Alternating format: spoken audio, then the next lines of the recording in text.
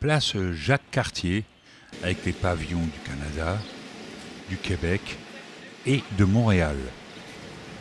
La place Jacques-Cartier est dominée par une colonne sur laquelle figure non pas Jacques Cartier, mais bien l'amiral Nelson.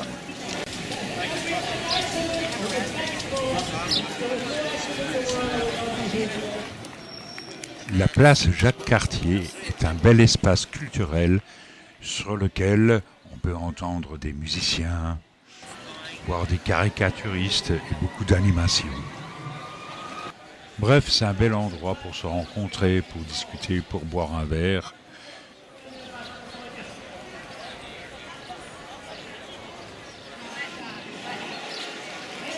On peut dire que c'est une des vitrines de l'art de Montréal.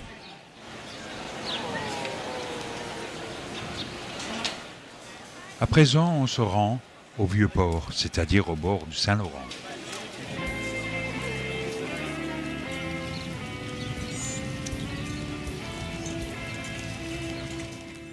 Devant nous, le Cirque du Soleil.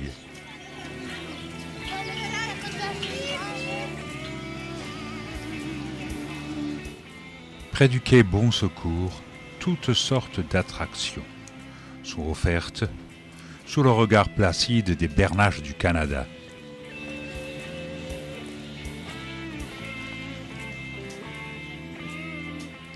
Ah, si je savais la chanter, j'entendrais bien une tyrolienne.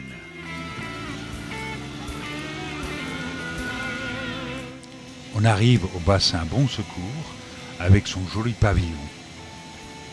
Le ciel se couvre au-dessus du centre de Montréal.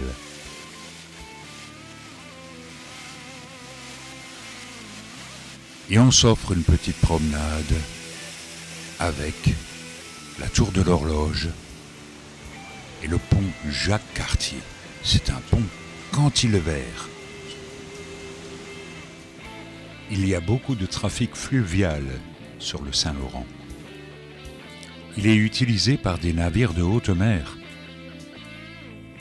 Et pour cause, car le débit moyen du Saint-Laurent est plus de 10 fois supérieur à celui du Rhin, soit 16 000 mètres cubes à la seconde.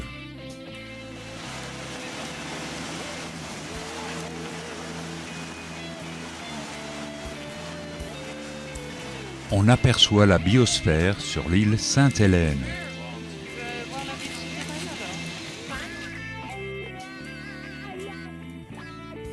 Le Saint-Laurent est un cours d'eau qui relie le lac Ontario à l'océan Atlantique sur 1200 km. Le Saint-Laurent, finalement, a plus de 3000 km de long si on lui compte également la rivière Niagara et ses principaux affluents. Mais le débit, certaines sources parlent de 12 000 mètres cubes à la seconde, le situant quand même à la 15e place. Quelques déjantés s'amusent comme des fous à la tyrolienne.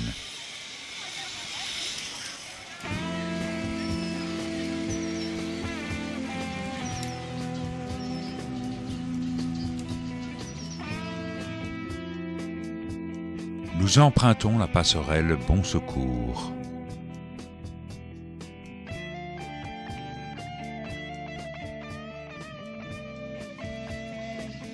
C'est là que l'on découvre la plus belle perspective des gratte-ciels de Montréal. Le drapeau canadien, une feuille d'érable rouge à 11 points, encadrée de 2 bandes rouges symbolisant les océans.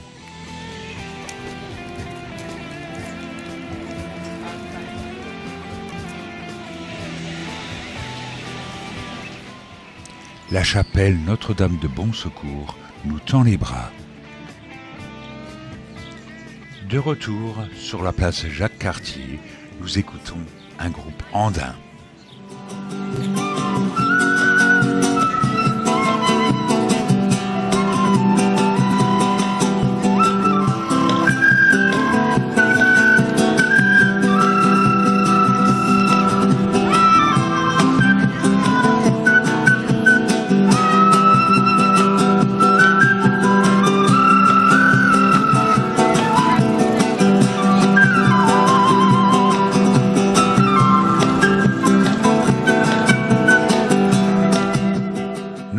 ce n'est pas à bord de ces limousines que nous allons visiter le Montréal souterrain.